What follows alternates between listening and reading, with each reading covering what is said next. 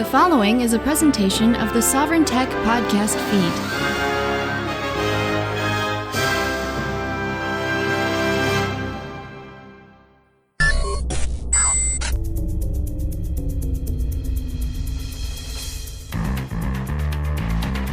Ready for your weekly tech fix? Want to know how technology sets us free? Well, get ready because here it comes. You're listening to Sovryn Tech with your host, entrepreneur and technophile Brian Sovryn. He's got a huge brain. And now, here's Brian. That's right. This is Brian Sovryn with you here for another great episode of Sovryn Tech. And I gotta say that for me, this is a very, very special episode. I've promised bringing in lots of guests, and this week we have a guest, and this is very, very exciting for me. The guest we have today is Mike Elgan. Hello, Mike. Hello, Brian. Thank you for having me on. Yeah, no, thank you for being on. If you're not sure who Mike Elgan is, and you can look into, he's all over the place on the internet. He writes columns for various sites, magazines, Called to Mac, Computer World, Data Motion, PC World. I mean, it's all over. He also has a very, and this is something I really enjoy. He has a blog on Google+. It's really kind of, would you say that's the best way to follow your work, Mike? Absolutely best way to follow me, and not only my work, but the work in progress that I do, because I do a lot of, I bring in the Google Plus community to help me develop my ideas and stuff. Sure. Like that. And that's the thing is, like when I said it was fan friendly, I mean, this is a really fan friendly blog. I mean, you really interact with people, and I think that's incredible. I don't see that a whole lot, even in the tech world. I just don't see a lot of people interacting so much. But on your blog, I mean, you're plus oneing people. You're saying, you're sharing ideas with them and everything. It's really, really impressive. And also, you make a lot of appearances, like you are on this tech podcast. You make appearances on other tech podcasts like Twit, which is probably the first place where I found out about you. And just a really, really impressive. You brought a lot of things to light for me that I hadn't really thought about. Now, I've traveled the world a little bit, but you're really traveling the world. I mean, I am. Yes, I've actually been traveling the world now full time since last summer. Amazing. And I hope, if I'm lucky, to continue doing it for years. And I guess we should probably talk about that, because it's really all been enabled by consumer technology, mobile technology, the internet. Sure. Yeah. I mean, when I saw you, I think the first time I saw you on Twit, I think you were in Kenya at the time. And yeah. I mean, you talked about things like M-Pesa, all of which I actually ended up talking about on this show on Sovryn Tech. I also, my very first night, I got to say this, my very first night on Free Talk Live, which is a United States nationally syndicated radio show that I co-host on, my very first night on, I actually quoted some of your stuff. So my fans should to some degree know who you are anyway, because I have, and actually I think the first episode of Sovryn Tech, I also ran a couple stories from your blog. So yeah, you've been a big help to me. And again, because it is so interesting, you're doing this thing called being a digital nomad. Is that right? That's right. And the idea is, well, there's a digital nomad is simply somebody who is lucky and or skillful enough to be able to do work from alternative locations. So, for example, an example of somebody who's not a digital nomad would be maybe somebody who's a contractor in construction, or somebody who works in a specific type of office where customers come into that office and expect to see you there, where your work determines where you are when you're working. Right. And so technology increasingly allows a lot of people to work, either do all of their work or do some of the work in places that are not specified by the work itself. So, for example, I would guess that probably most of the people listening to this program are digital nomads, even if they never leave their office, even if they work only from home or only from an office, or if they occasionally work from Starbucks or wherever. If they can work somewhere else and choose to work in their office or at home, then they're still digital nomads. They're working where they choose to work. Right. know they have alternatives. So I'm trying to taxonomize this whole lifestyle because so many people are entering into it and often don't even think about it that way. So in my own case, I'm a digital nomad, and I can work where I choose to because I am a freelancer, and I choose to work abroad. Right. So for a long time, I worked at home primarily, and I chose to work there at that time for my own reasons. And nothing has really changed in terms of my status as a digital nomad who can choose where he works. In fact, my lifestyle has changed dramatically because I make it a different choice. But again, everybody should kind of think about, can I work? Where could I work? Like, could I work some of the time at a coffee shop? Could I work some of the time in some other place? Could I work in a rent office type place? Could I work in another country? There are a lot of families, in fact, now who they go on a family vacation, and in fact, I've done this, where one of the people in the family, one of the spouses has a vacation. They have vacation time. Yeah, take 2 weeks off. Right. And the other one doesn't. But they all go on vacation anyway. And one of them works and the other one plays. And and again, I've done that. And this is sort of an increasing scenario that happens. And I think it's all good. I think it's a wonderful thing. Yeah. Now, it makes me think of, I know a lot of companies, at least in the United States, where this show's based out of, they were wanting people to work from home, because it's cheaper than having them come to an office. They can even close down entire sections of their buildings, and they don't have to pay for the heat or electric or whichever to do that.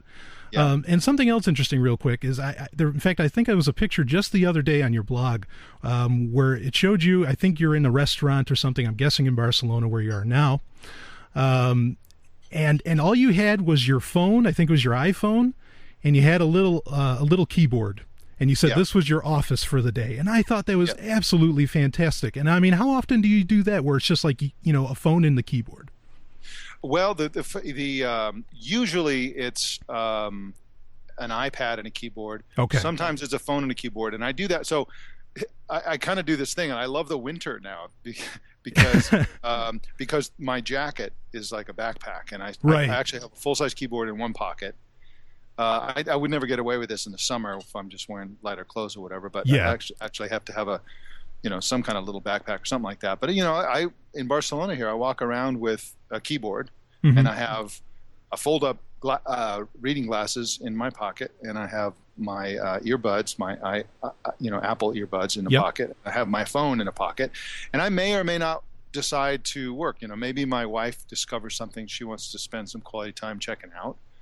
Maybe she wants to go shopping, whatever, and we're out and about in town and stuff like that. And I'll sit there in a coffee place and I'll actually do blogging or some research or do something. I just pull out my phone, pull out the keyboard. I can type like the wind, and it's just a wonderful. It's wonderfully freeing. Now, a lot of times I do prefer to use my full size laptop. Sure. For a variety of reasons, but it's like you get cabin fever. Even like I'm in Barcelona, what we do is we use Airbnb usually. Okay. To rent an apartment. Yep.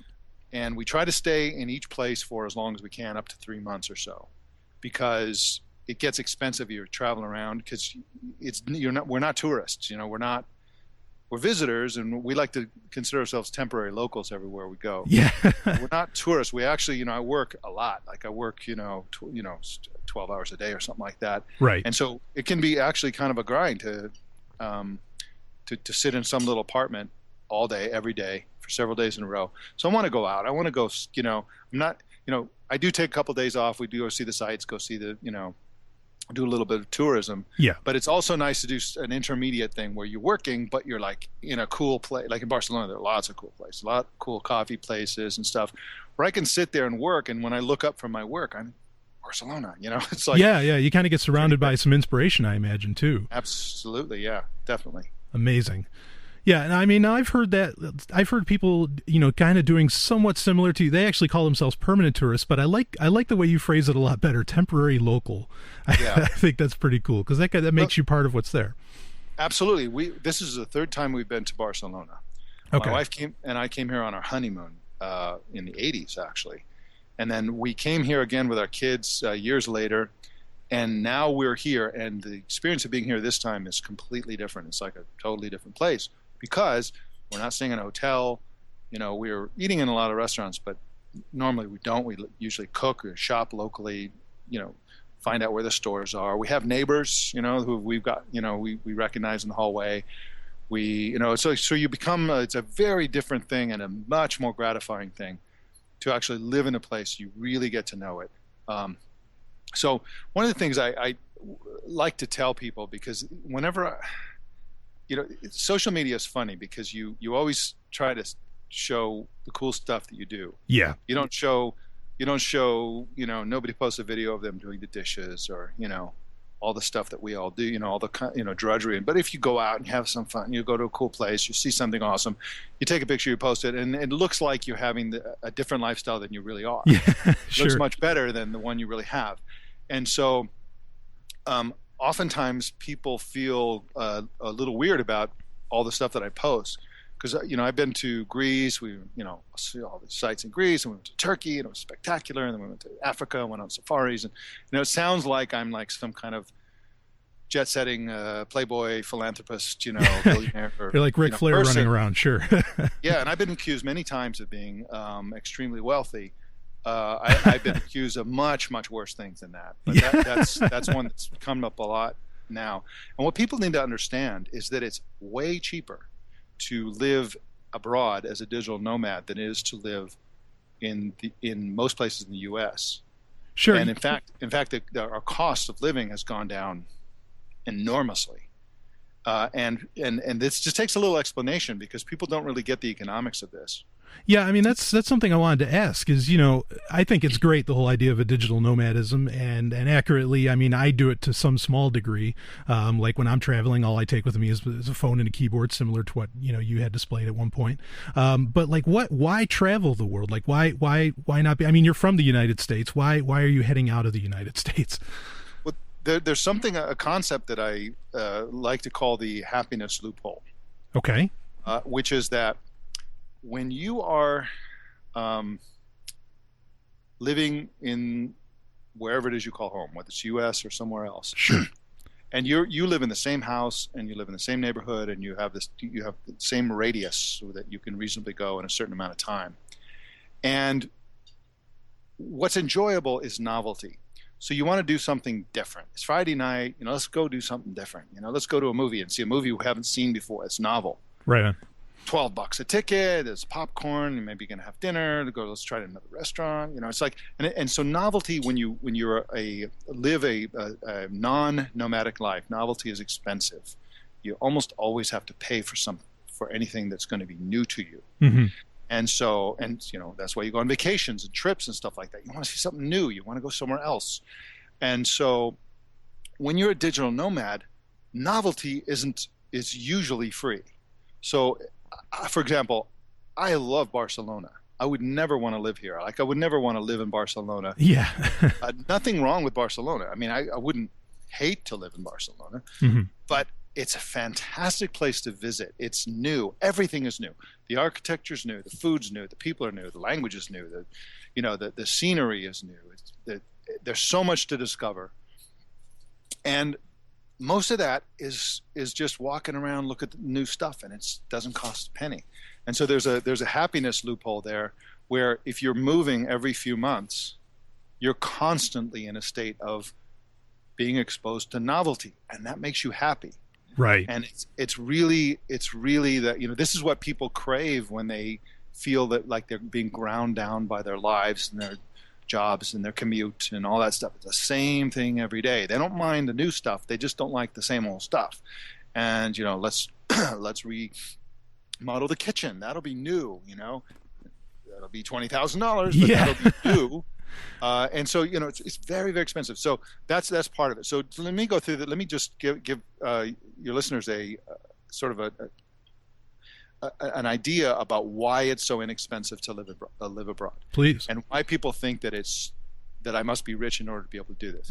When you own or rent a home and you're stationary, there are lots of costs that just happen. So You have to, buy or lease a car. It needs repairs every now and then. You got always filling it with gas. If you own a home, you're paying property taxes. You have to upkeep it, so you got to buy a garage full of lawnmower stuff, and stuff constantly needs to be repaired, or you add things to your kitchen. You go to Costco every other week, and every time you go to Costco, it's at least $300, big thing full of junk, and it's like it just the costs are just. It seems like everything is kind of necessary. But it's just very expensive to live. And then you say, okay, so let's go on vacation. We're going to go to Mexico for vacation.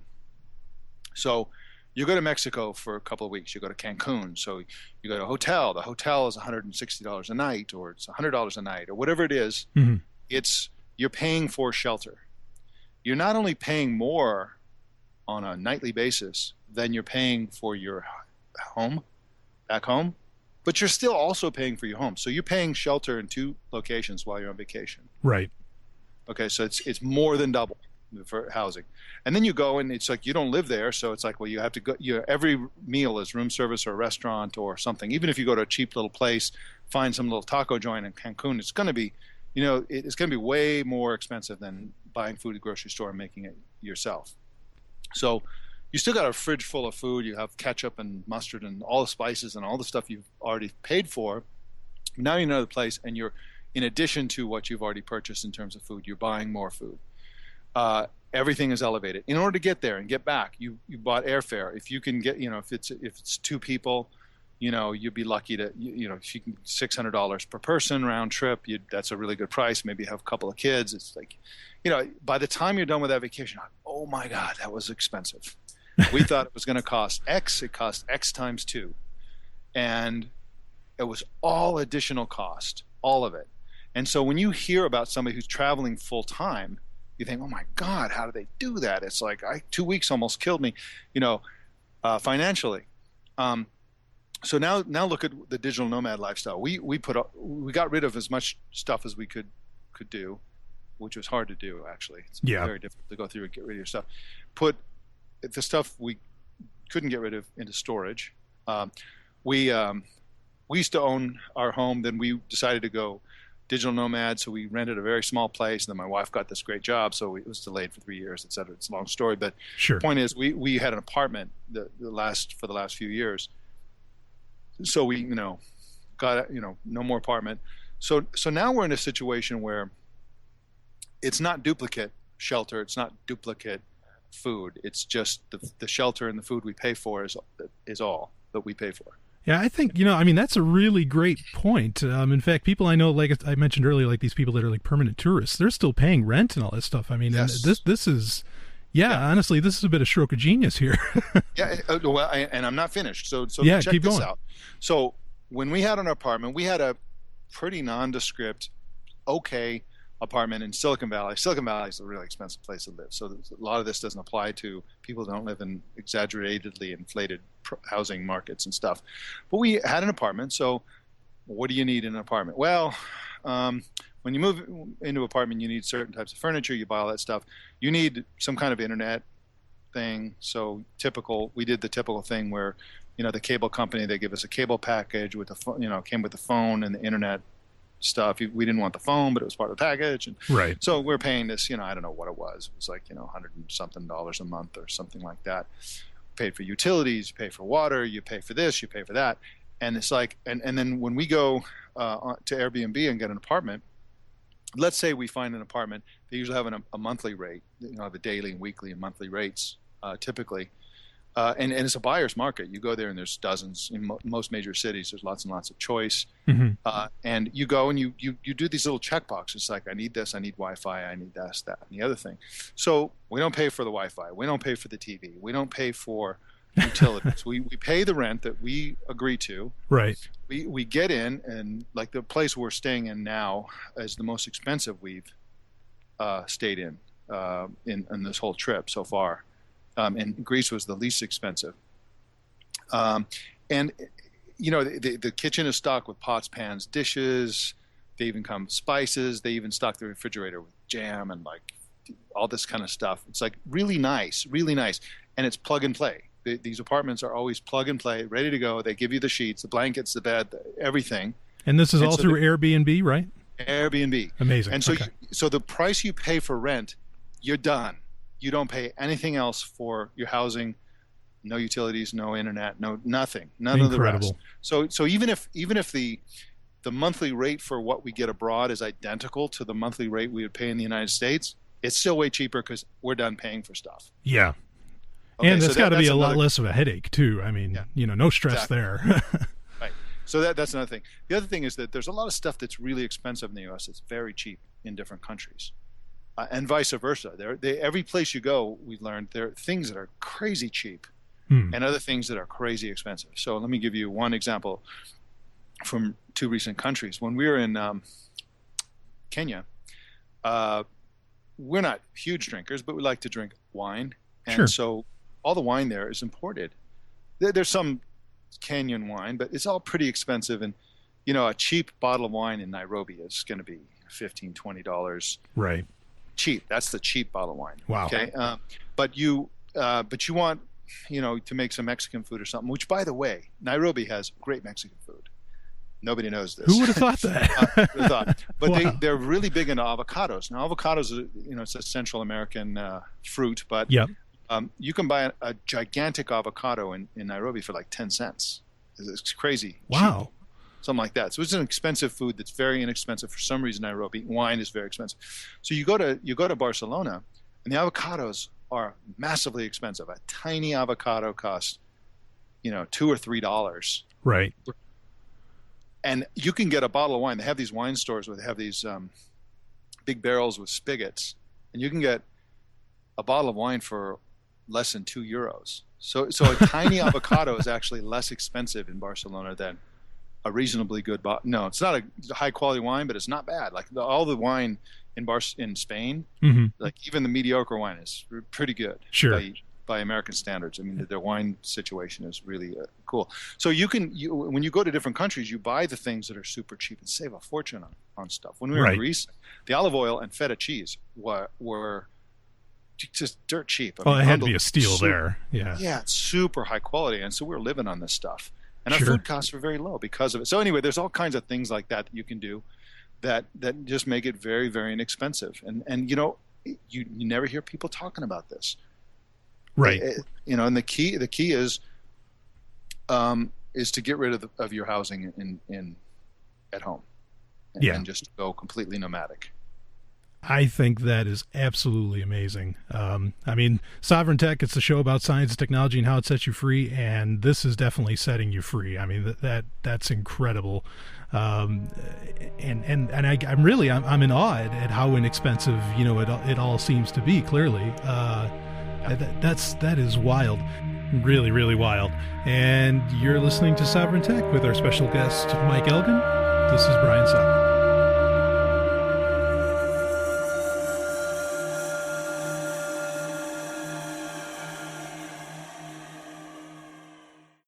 Are you ready? I've never seen anyone so treated like a god in my life. Brian Sovryn as guest co-host tomorrow night, and so that should be a good show. On that note, we just added Brian Sovryn. Okay, we haven't. Oh, is he good? He's been in the audience. He's certainly got opinions on things. Yes. I'm so close to being like God. No one is above me. Okay, absolutely no one. I don't take orders from anybody, and I mean that's how much closer to God can you get? Is there anything he doesn't do better than everyone else? Oh, that's just his way of talking. He's one of the best. Break it down! Catch Sovryn Tech, the show about technology and how it can set you free with me, Brian Sovryn. That's SOVRYN at SoundCloud.com/Sovryn Tech. Think you can tell me what to do?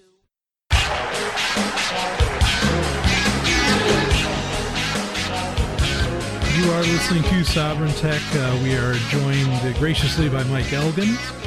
And now, a question I want to ask, is what are the internet, what is internet connection like around the world? I mean, prices are cheaper and things like that. Clearly this kind of lifestyle, now, actually, let me ask this first. This kind of lifestyle, is that only possible? Has that only been possible for the past maybe 10 years because of technology? Yeah,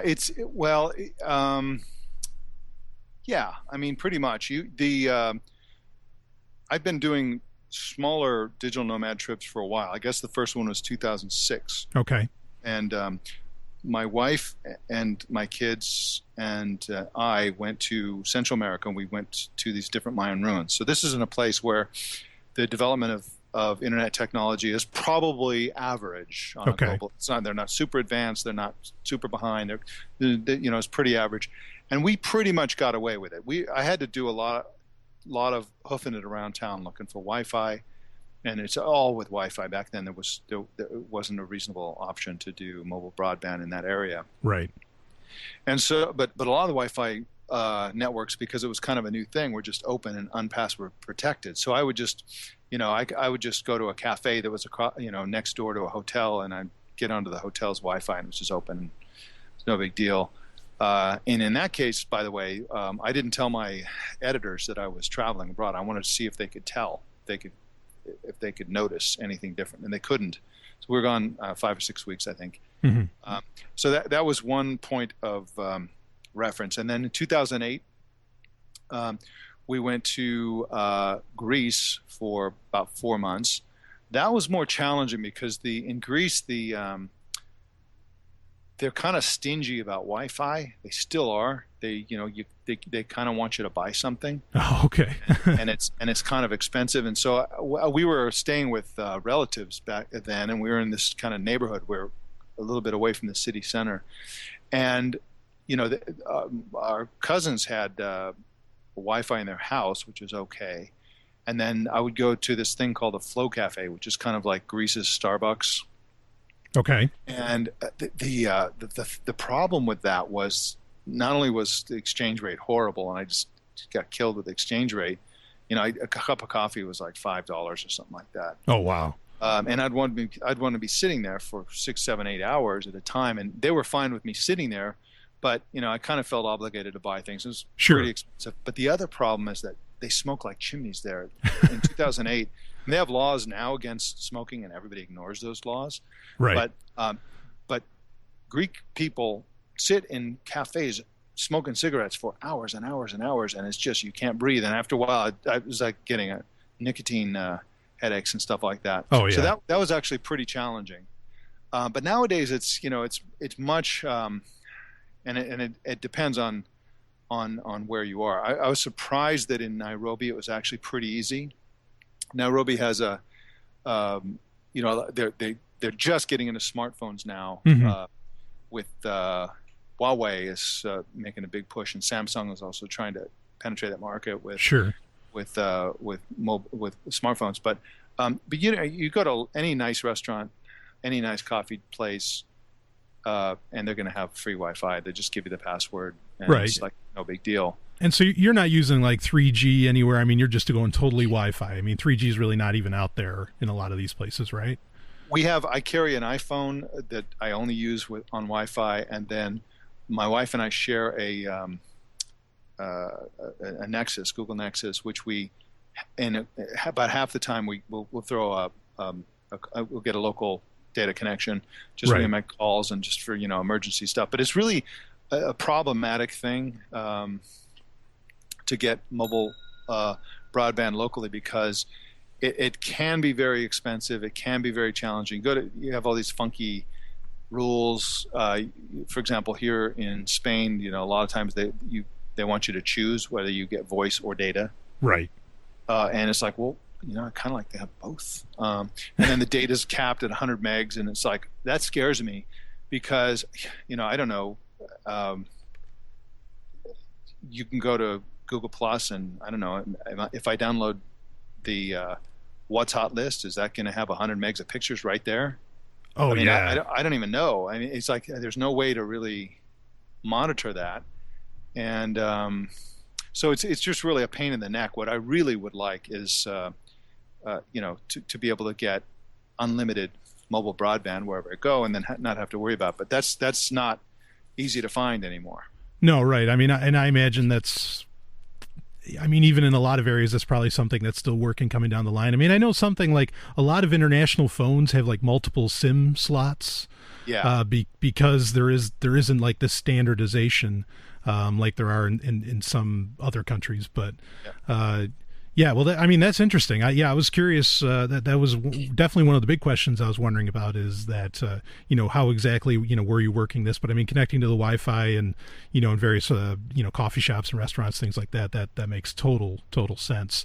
But I mean, it sounds counterintuitive, but I actually spend almost all my time within a Wi-Fi network because again, we're not tourists. Our apartment has Wi-Fi. And across the street is a place with Wi-Fi, and around the corner is another place with Wi-Fi. And so it's really, there's just Wi-Fi everywhere. And the only time I don't have it is when I'm walking between places or when we're walking around. And I don't need to be connected. Right. It's not that big a deal. Sure. All the time. It would be kind of nice, actually, in some to use some of the apps that, to use, like, for example, a few days ago, Field Trip, Google's Field Trip app came out on the iOS, and I'd like to have that on my iPhone and just have things popping up and telling me what's as you going go on. around. Yeah, I could see definitely going around the world. That would be really cool. Yeah. Okay. Well, and this is something. Okay, so you're in Barcelona, and I'd like to talk a little bit about this. But recently there was the Mobile World Congress. Yes. And you did attend that, the 2013. I did, yeah. Okay. And what was if you could explain a little bit about what it is, and I'd love to get your insights on all about it. Well, the Mobile World Congress is the leading mobile phone show, basically. Okay. And there are other things. They always related technologies always seep in, but it's a gigantic show, similar to CeBIT, but it's less about gadgets and more about phones. Okay. Specifically, and it takes place every year. It's 3 or 4 days of just they're massive buildings full of gigantic booths and multiple buildings. So just as an example of how ginormous some of these booths are, like the Samsung booth was probably the size of, I don't know, average size Walmart or something. Wow. Just one booth, and they'll have like they have like 3 or 4 Apple stores worth of tables with these tethered devices on them, just device, and oftentimes it's table after table after table after table is showing you multiple copies of the exact same model. So HTC's booth, for example, they probably, and I didn't count them, but I should have, but they probably had 200 HTC ones on display for you to play with. Wow. And so they're all kind of gathered around this sort of area where they had gymnasts and they had all these poles, and they had gymnasts like jumping from pole to pole and doing flips and diving off the stuff and doing all this crazy stuff. So you could try the camera. Okay. It's a crazy show. It's very. It's a circus. It's as big and crazy of a show as any there is. It's up there with CeBIT or CES. Yeah, like CES, sure. Others. Yeah. This year, there was some disappointment in the number of announcements that were made. So everybody wanted Samsung to announce their Galaxy S4. They didn't. They announced before the show that they would. Well, they hinted that they would be announcing it later. And in fact, they didn't. They showed other stuff. But to me, the shows like this are not super valuable to me because of the way I write. So there's different types of tech journalists. There's for your listeners, oftentimes the reading public doesn't think of different types of journalists in this way, and often journalists don't either. But for the most part, there are different types of journalists. So there are access journalists. So the big access journalist would be like Scoble. He's not. I don't know if he's a journalist or not, but if he was, he's an access journalist. So an access journalist is somebody who goes to all the events. They go to all the shows. They hobnob with the people in the industry. Right. They rub elbows. Sure. They rub elbows with the seats of power, and they report on what they learn and see and what they hear, and throw their opinions in there. And that's an access journalist. there are user journalists. So a good example would be, what is his name? The guy with Search Engine Land. You know who I'm talking about. Yeah, I do. Awesome guy, hardworking guy. And a user journalist is somebody who will take technology and they'll use it as a user, as an advanced user, and they'll poke at it and they take it apart and they'll look inside and they'll try different things and they'll report on their personal experience, usually with some methodologically, and they'll report on what the deal is with the products. It's not about the industry. It's not about the business deals and the acquisitions. It's mostly about, here's the product, here's what it does, here's what it doesn't do, here's how it compares to the other products. So that's a user journalist. Then there are, and sort of reviewers would fall into that category as well. Right. So I do what I would consider like a user, sort of a market and analyst type journalist. I'm interested in the culture. So right. I'm not a reporter, so I don't go anymore. I've done it many years ago, but I don't go and say, well, I sometimes do, but my big thing is like, I look at it and I kind of step back and say, what is this? How is this changing how people live? How is this altering, how is this not changing how people live and how it should change? And so I'm kind of like a philosopher. I sort of look at what it is and think about it and come back with an idea that helps people think about it.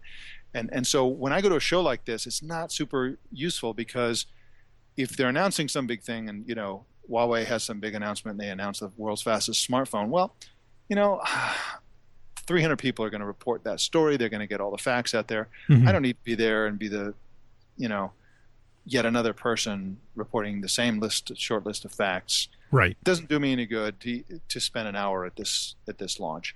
And then there's the discovery of information. It's kind of useful for that. You sort of wander around and, wow, I hadn't heard of this company. Ask them some questions and stuff like that. And that's great for small companies, but for any medium-sized or large companies, it's completely useless, because you walk up and there's some person they hired for the booth. They don't know anything. They're just there to keep you away from the the big wigs, and you're kind of like, just even as a journalist, you're just another attendee, basically, as far as they're concerned. You can't get anywhere. You can't get any information.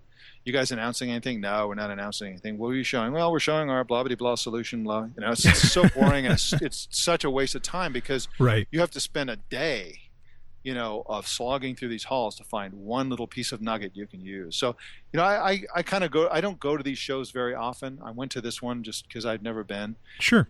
But I just, these big shows just don't. They're not that beneficial for me personally. Right, and and that's something I really like out of your writing, is that it is about. I think you described it very accurately. It is about what does this mean to the end user? What does this mean to me? What does this mean to the future, etc. And I like that kind of thinking.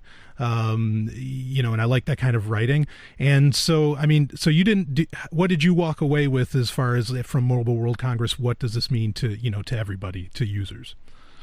Well, what was interesting, it's really bizarre to come, to be immersed in Silicon Valley. I used to live in Silicon Valley, and where, Apple and Google, and to a lesser extent Facebook, really dominate the whole culture. In the mobile scene, of course, it's Apple and Google. Right. And their dominance seems so effortless, in a way, from Silicon Valley, and it all makes sense from Silicon Valley.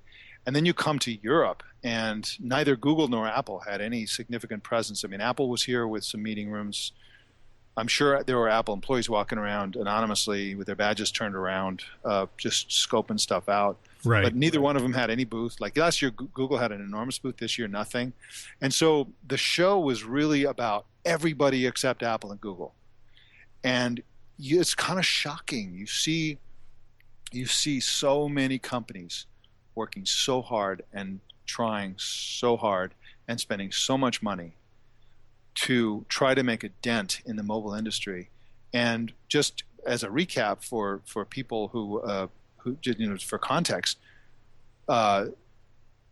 these are businesses. They're in it for profits. Revenues are great, but profits are really what businesses want. Absolutely. And in the mobile industry, Samsung and Apple, in terms of what is normally construed of as mobile revenue, which comes from apps and hardware sales and so on, Apple gets most of it, 70 something percent. I don't remember what the exact numbers are. Mm-hmm. Samsung gets the rest. Yeah, I mean, they're really these, the two giants, no doubt. Yeah.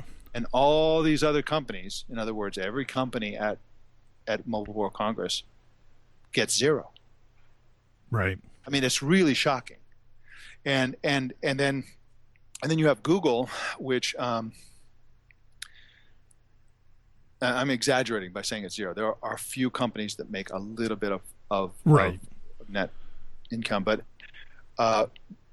and then there's Google, which I think in the U.S. market they get 93% of the mobile ad revenue, and globally it's very high as well. Yeah. And so in the mobile ad revenue, Google is completely dominant, and it's just crazy to see how this is. And the other thing, the other takeaway was just the aggressiveness by which the Chinese giants are coming at everybody. Sure, so that's Huawei and ZTE.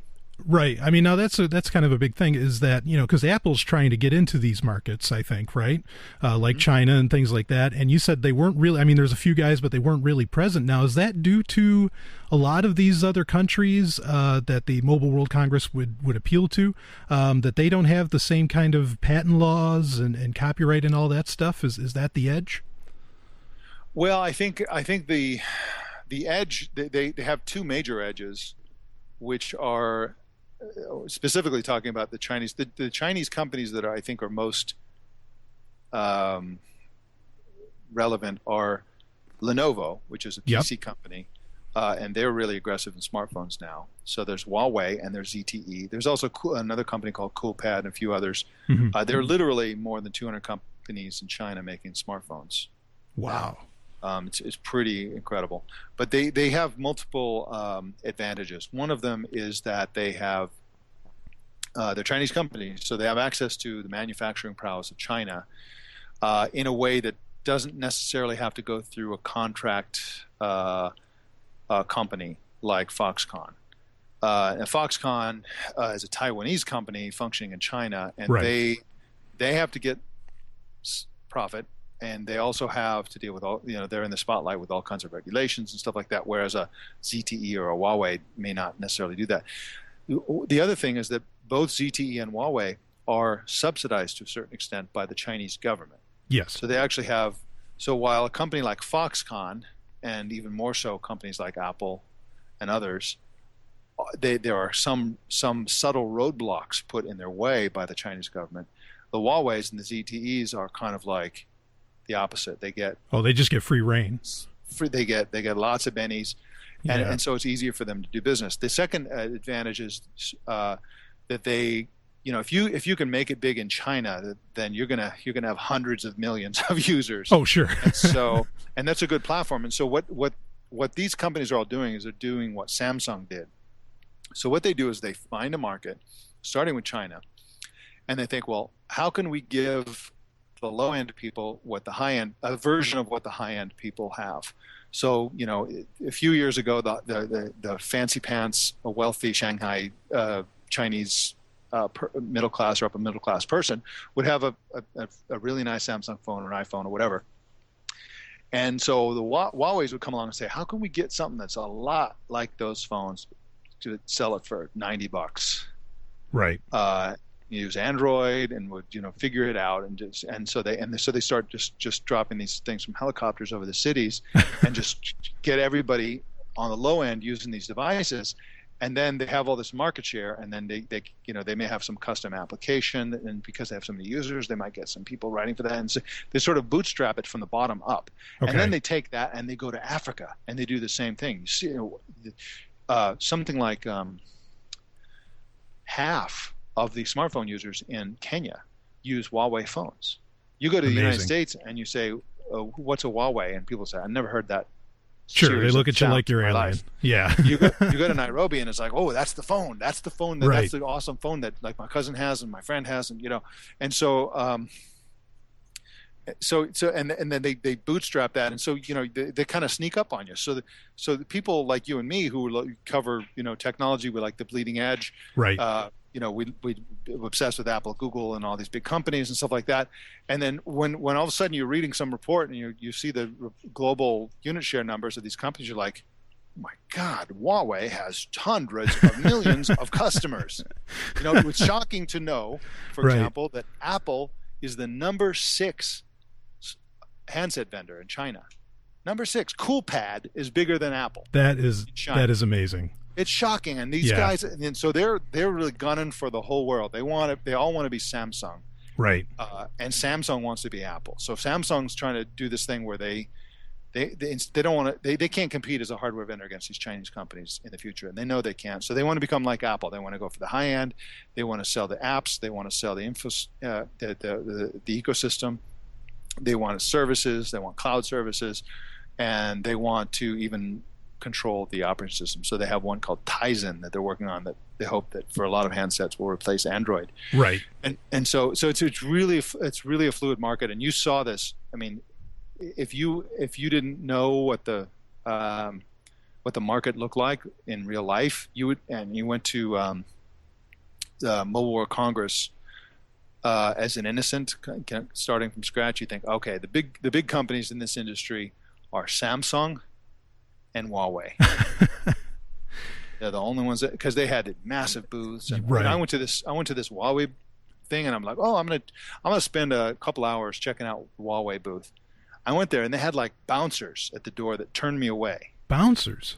They scanned my thing, and they're like, nope, you're press, you can't come in. And but I could see past them into the booth, and they had 2,000-3,000 people in this booth. Wow. Almost all of them wearing suits. They were shaking hands and doing business and doing all kinds of stuff. And it was just it's a very, you're like, what? They're really, really, really pushing hard. And what they're doing is they're whining and dining and wheeling and dealing everybody in Europe that they can get that they can get access to.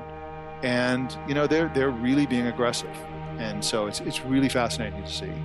I agree. That is absolutely incredible. You're listening to Sovryn Tech with Mike Elgan joining me, and this is Brian Sovryn. We'll be back with more.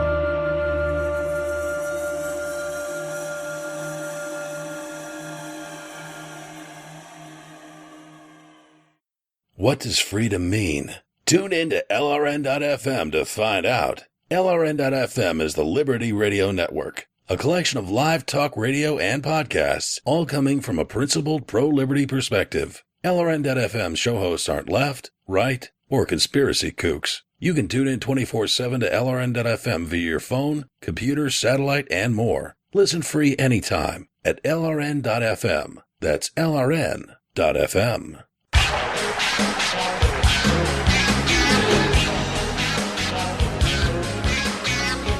Welcome back to Sovryn Tech. We are being joined by Mike Elgan, and you see, now this is one of the reasons I really like your work, and I really like following your blog, because I don't feel like you get, especially from someone that speaks English, you don't get someone that has this worldview, this literal worldview, and I think that's great. I really appreciate that, and so I want to urge again, my listeners to definitely check out your blog on Google Plus, and I'll be linking to that in the show notes. But it raises a question when you talked about the bouncers, and my question is that how you're a digital nomad, and you kind of.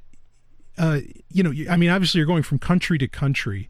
How do you feel? There was a recent story here in the United States where the federal court decided that, the border patrols, if you're coming into the United States, the border patrols, they can't just like look at your, they can't grab your phone and just look at it for no reason whatsoever, as to where before they were doing that.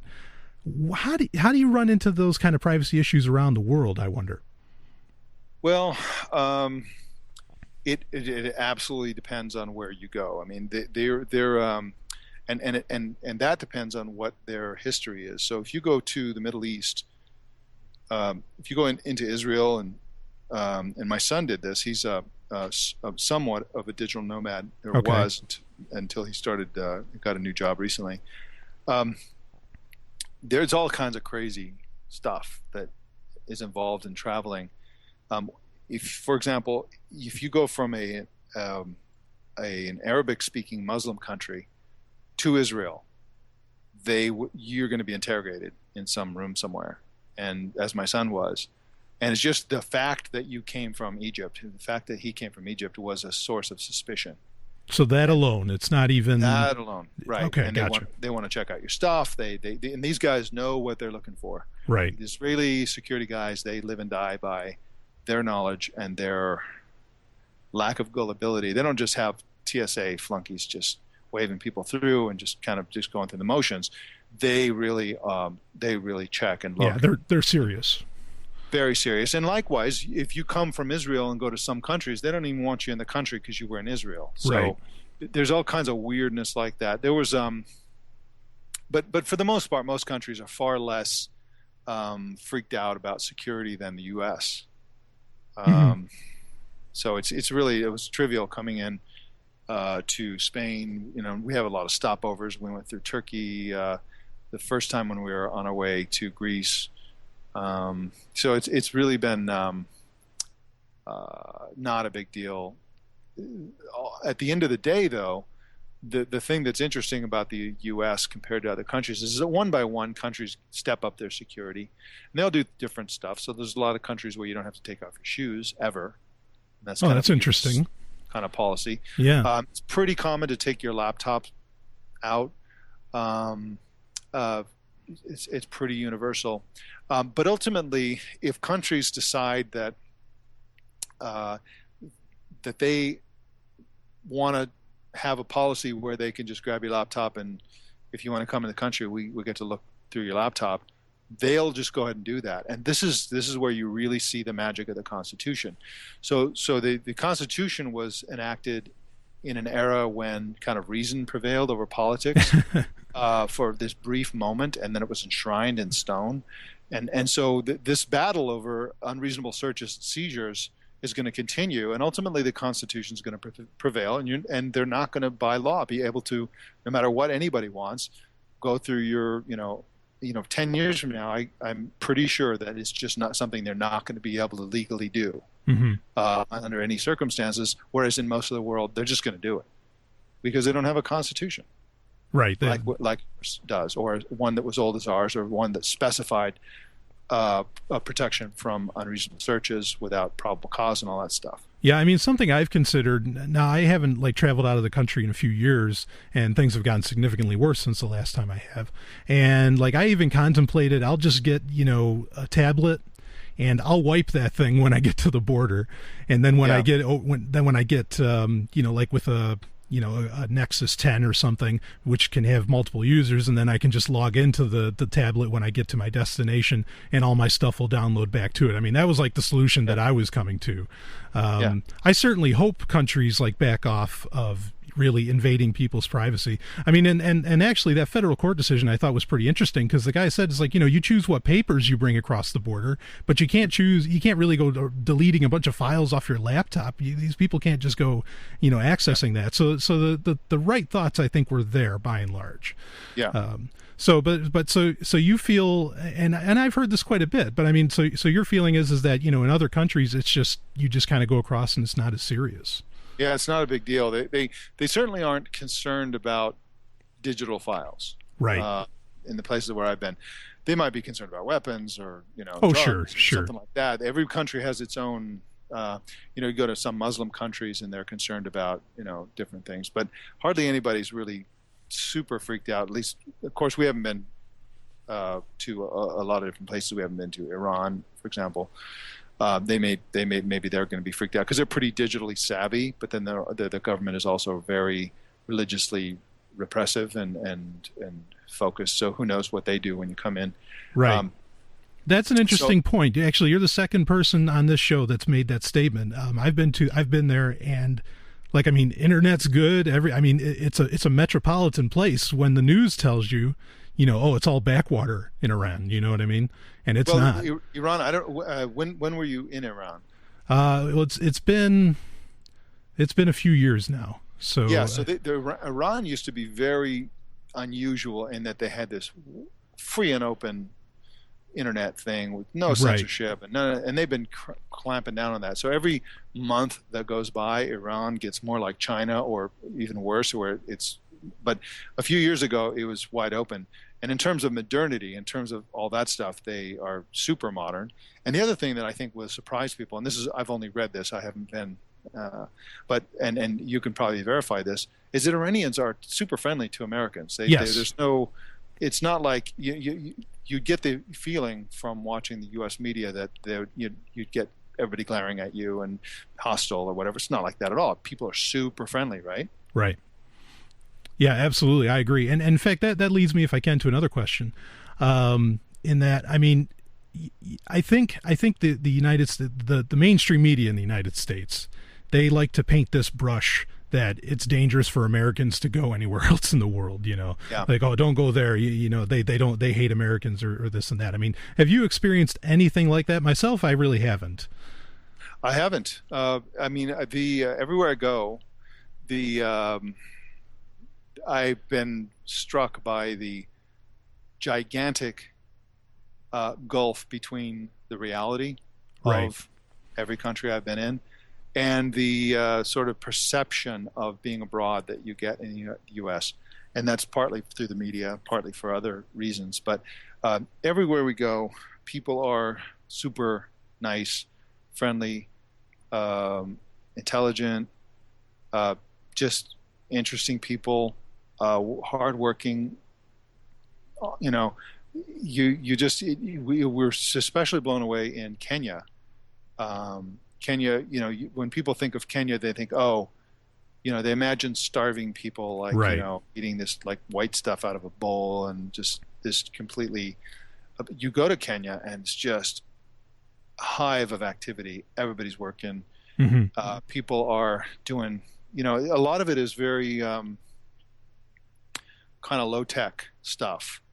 For example, there's a huge furniture industry in Kenya where the furniture is all manufactured by the side of the road. So somebody who makes and sells furniture will set up shop and they'll basically claim, a 50 by 20 foot space on the shoulder of a major road and say, this is my space. And they will collect big pieces of wood and they will hack beds, cabinets, all kinds of furniture, and they just put it on the side of the road. It pours rain right on the furniture. Wow. And people buy this furniture. And it's actually a thriving business. And so you'll go to lots of places where there'll be furniture guy,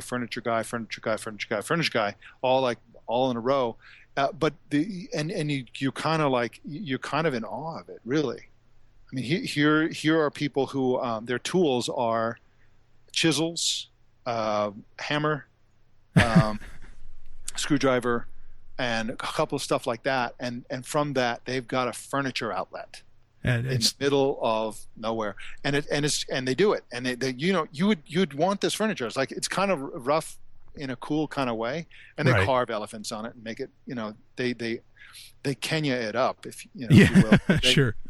Because it makes it more interesting. But there's lots of things like that you never hear about, where you're like, oh my God, this is just, these people are industrious and thriving creative. Entrepreneurship. That's yes, wow. Yeah.